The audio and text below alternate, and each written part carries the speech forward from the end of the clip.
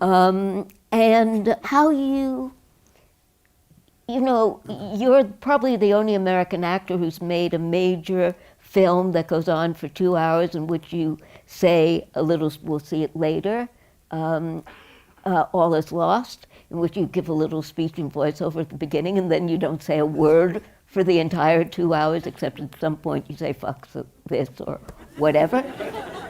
How do you do that? I mean, how do you go inside yourself and still let people know what's going on in there? You're not opaque as an actor.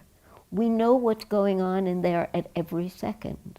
I didn't start out to be an actor, and it took me a while to accept that I was. And it had a lot to do with the way I grew up. I grew up in a kind of a rough neighborhood, and we would go to a matinee or something like that, and we would make fun of the screen. And we thought that was kind of cool, you know. If there was a love scene, we'd go, oh, you tell him, lover, you know, stuff like that. And so the idea that I would eventually be one of those characters was just impossible for me to imagine. So I was very self-conscious in the beginning about being an actor.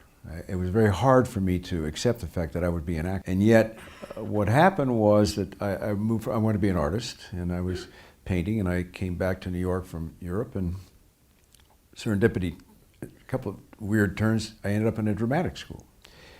And I wasn't intending to go there, and I wasn't going to stay there, but the head of the school saw me do an audition. They told me I should stay, and that I should stay in that world.